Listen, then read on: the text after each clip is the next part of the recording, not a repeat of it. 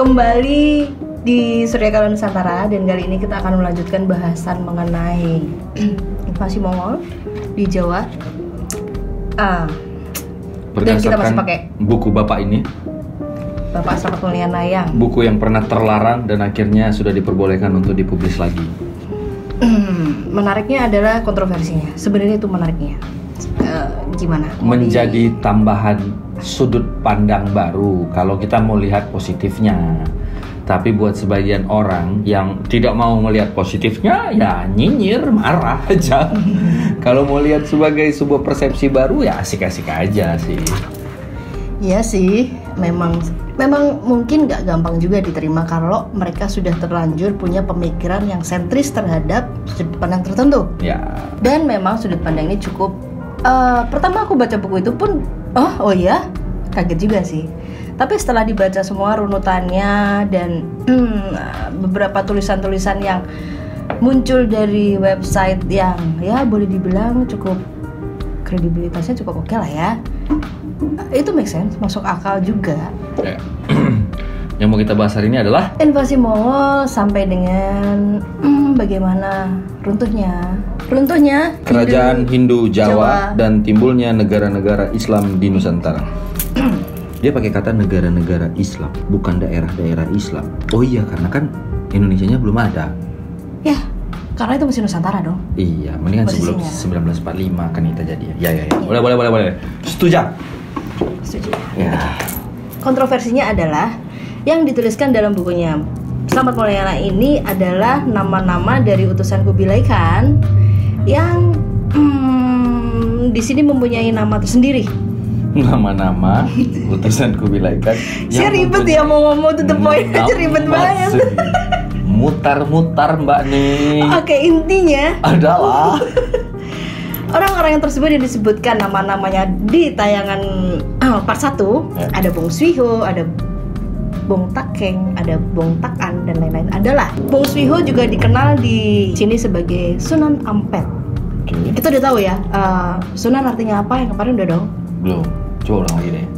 Sunan artinya adalah dari suhu nan, yang suhu itu guru lah. Suhu guru. Yang nan dituakan. Itu selatan, ya yang dituakan. Berarti dia artinya yang dituakan dari selatan atau guru dari selatan. Betul, disebutkan, dan itu merupakan menurut Slamet Mulyana itu adalah utusan-utusan yang masih terkoneksi dengan Khan, Mongol. Kenapa terkoneksi? Karena ingat kan waktu kita bahas bagaimana cara invasi Mongol ke Nusantara awalnya adalah dengan menyerang negara-negara daerah-daerah yang menjadi sahabat dari Jawa dan lain-lain. Mongol meletakkan orang kepercayaannya atau sebagai jenderal ke daerah Khmer, daerah Vietnam dan semua yang seperti itu. Lalu orang-orang yang sudah berada di sana dan mungkin cukup kuat sehingga mampu membawa negara-negara tersebut untuk mengikuti Mongol, dipindahkanlah ke beberapa daerah. Okay. Ada yang ke Filipina, ada yang ke mana, dan at least ada yang ke daerah Tuban. Ke Tuban. Tuban ini di Jawa Timur posisinya ya. Nah, yang mana urutannya biar kita nggak ngarang-ngarang nih ya. Kalian harus baca sendiri deh kayaknya bukunya ini. Tapi intinya dirangkumin seperti ini. Yang dimaksud dengan Bong Swiho adalah Sunan Ampel, ya. Lalu yang disebut dengan Bong Takeng juga sebagai Sunan Derajat, Bong Takan sebagai Sunan Bonang, dan Gan Sicang di sini dikenal dengan nama Kalijaga. Okay. Dan Toh Abo atau Tungkalo alias yang konon kabarnya disebut dengan Sultan Trenggono juga mungkin ya. Itu adalah Sunan Gunung Jati. Okay. Ada Jatiksu adalah sebagai Sunan Kudus, ada Sunan Ampel yang namanya juga Bong. Tapi di sini saya tidak dapat informasi kompletnya, tertulisnya hanya seperti itu. Lalu ada Tan Eng Huat, dikenal juga sebagai Sunan Muria Maulana Malik Ibrahim, tulisannya begitu. Wow. Dan apa ya, the real actor, the last aktornya, the last aktornya itu adalah 8 ya. Sebenarnya ya ini orang-orang berpengaruhnya ya. Orang-orang berpengaruhnya adalah yang disebut sebagai orang kuat, atau dalam bahasa Mandarinnya adalah Jinbun. Jinbun artinya orang kuat. Oke. Dan itu dikenal sebagai Raden Patah. Wow. Please. Raden Patah. Ya. Ternyata. Begitu ceritanya. Oke. Ya awalnya sih memang cukup mengagetkan antara saya nggak bilang nggak mungkin nggak, karena saya juga pada saat itu nggak berada di situ, jadi pengalaman ini nggak saya alami sendiri gitu. Sekali lagi landasan pikir kita adalah tetap karena kita nggak melakukan riset sendiri dan segala macam, landasan pikir kita adalah tetap buku-buku dari orang. Ya tapi memang boleh-boleh aja kan suhu atau guru itu mau berasal dari mana aja kan boleh-boleh aja. Emang harus ada larangan kalau suhu harus berasal dari guru ajaran tertentu, harus berasal dari sana atau enggak kan? Sekarang pertanyaannya kayak gini Mbak, kalau kita berpikir secara merdeka, kalau goalsnya adalah kita nggak menyebarkan Islam, oke? Nggak ada masalah dong mau orang apa aja. Yang penting kan poin penyebarannya nyampe, betul kan? Iya. Betul kan? Ya nggak harus dari sana atau harus dari sini kan enggak. Memang. Jika berpikiran secara benar, kan gitu pertanyaannya. Yes. Mungkin berpikiran secara terbuka. Mau mencari dulu benar enggaknya. Toh jawabannya tetap balik kok ke kita. Tapi ini menjadi menarik sih Mbak. Kenapa? Gimana menariknya nih? Mengagetkan betul. Kenapa buku ini harus dilarang ketika dia memberikan sebuah sudut pandang baru ya? Segitu kontroversinya. Pasti ada sesuatu unsur di balik itu, nggak tahu. Sejarah selalu diciptakan oleh pemenang? Setuju. Pasti sejarah itu ditulis oleh pemenangnya, tapi sebenarnya bagaimana yang terjadi kan kita semua tahu. Berarti jika 8 orang, 9 orang ini gini, kita dulu kemarin waktu itu membahas tentang Sangha, bukan Sanga, bukan Songo. Jawa itu Songo, 9. Tapi di sini kayaknya lebih cenderung mengarah pada Sangha deh. Sangha itu sebuah brotherhood, perkumpulan mereka. Dari bahasa? Sangha itu kayaknya Sanskerta, Buddha ada kata-kata Sangha. Oh.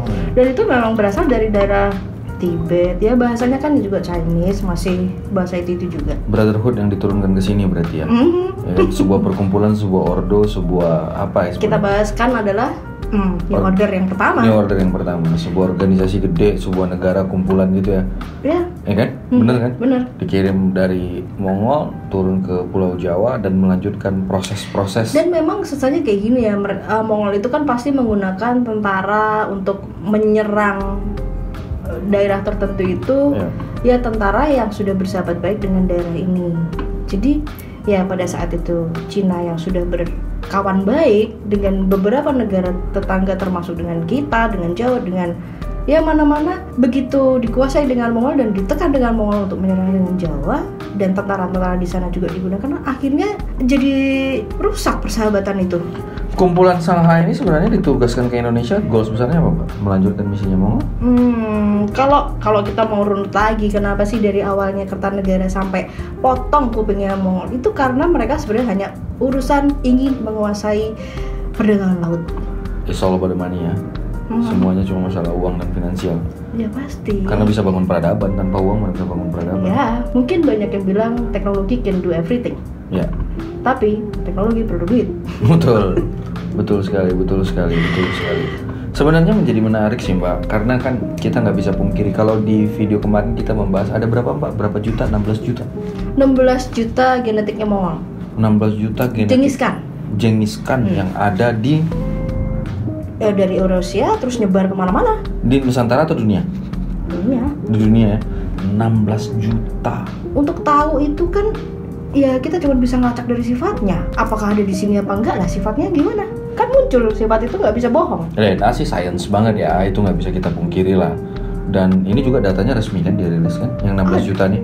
Ada kok di buku yang baru, mungkin nggak baru-baru banget, di Gramedia mungkin ada, judulnya Genghis Khan, bukunya hitam. Aku nggak tahu soalnya. Oke. Ada 16 juta DNA-nya. Di Indonesia ada berapa? Pertanyaannya, ya kan? Dan jadi ya kalau negaramu agak-agak chaos sedikit ya diwajar-wajarkan aja lah ya. Jadi karena DNA mereka masih ada gitu loh. Ya tapi yang menarik itu sebetulnya Genghis Khan sendiri, balik lagi, itu orang yang sangat toleran. Dia itu positif side-nya itu ya? Iya, toleransinya tinggi karena dia itu penganut Tengrism itu. Jadi Tengrism, pernah dengar nggak sih Tengrism? Tengrism tuh jarang aku dengar aja. Tenggerism nih ya, aku bacain.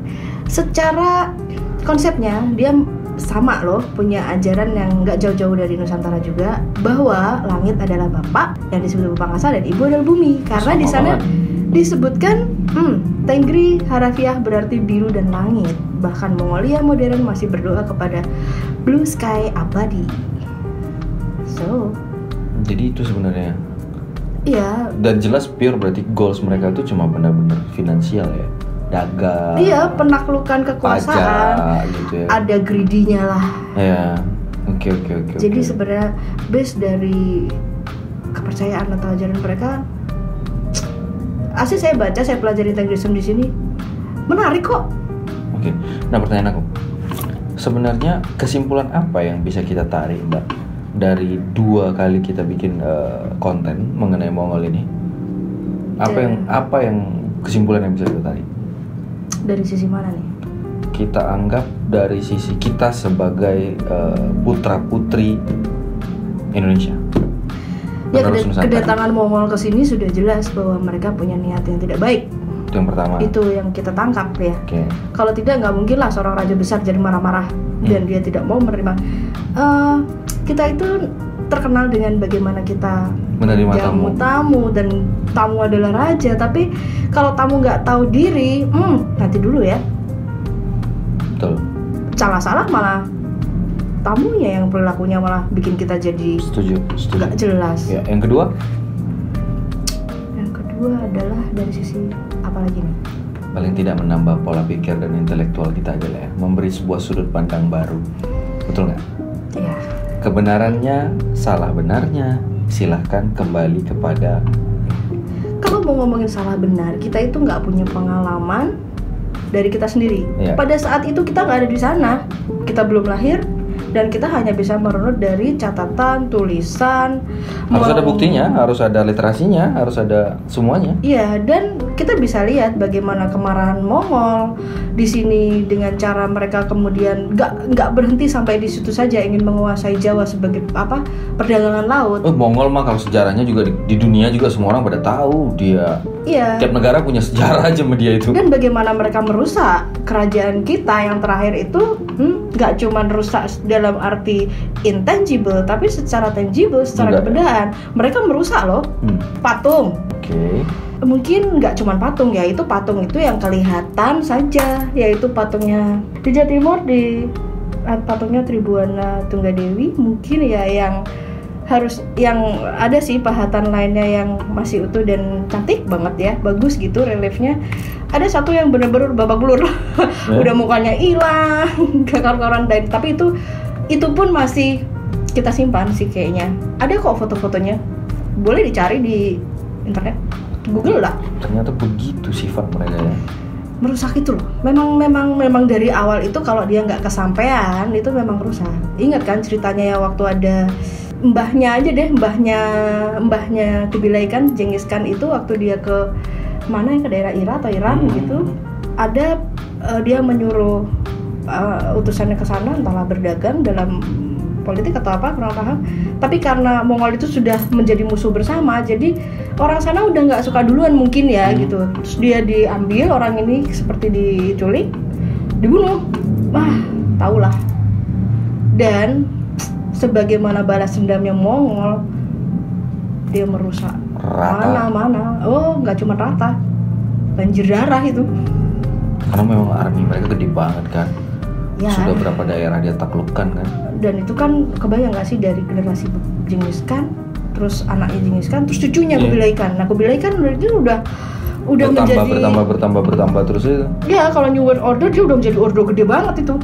Aku sih tapi dalam artian at least ya, kalau kita compare dalam artian ya paling tidak Genghis Khan ataupun Kertanegara sudah melahirkan sebuah sejarah baru lah, ya kan? Ya, bagaimana juga kita mengakui kebesaran mereka. Ya. Entah apapun sifatnya, ya, kita mengakui kebesaran menjadi mereka. Sebuah cerita yang enak untuk diceritakan karena cucu, ya kan? Ada yang menarik nih Mas. Waktu mendiang ayah saya masih hidup, kita suka diskusi kayak gini, bahwa ada quotes-quotes yang selalu ditekankan untuk sebagai pengingat ke saya itu, behind every greatness there is a crime. Menarik kan? Itu saya dengar dari mendiang ayah saya nggak tahu itu dapat dari mana. Tapi banyak podcast seperti itu dan ya kalau kita melihat bagaimana besarnya Mongol dan behind kebesaran Mongol there is a crime, ya setuju sih. Itu price yang harus dibayar lah Mbak ya untuk every greatness ya kan. Iya. Ya kan nggak ada lah yang datang dengan free di dunia ini. Kencing aja bayar bos 2.000. Bener itu. Kencing Ada aja lagi bayar. tepat sih. Aku rasa ini menjadi pembahasan yang menarik untuk menutup video kita selanjutnya. Oh tapi gini, kayaknya kita next ngomongin tentang kebudayaan, kita kayaknya bakal pindah syuting nih. Ya, next time kita akan syuting Di tempat lain. Di tempat lain. Kita akan membahas lebih dalam mengenai kebudayaan Nusantara. Mungkin kita bawa bintang tamu. Kita akan bersama salah seorang narasumber. Oke, kita akan lebih bahas kerajaan apa itu, Mbak? Mungkin yang paling deket aja sih, yang kita nggak jauh-jauh dari bahasan kita, Majapahit. Majapahit, oke. Akan menjadi cukup asik.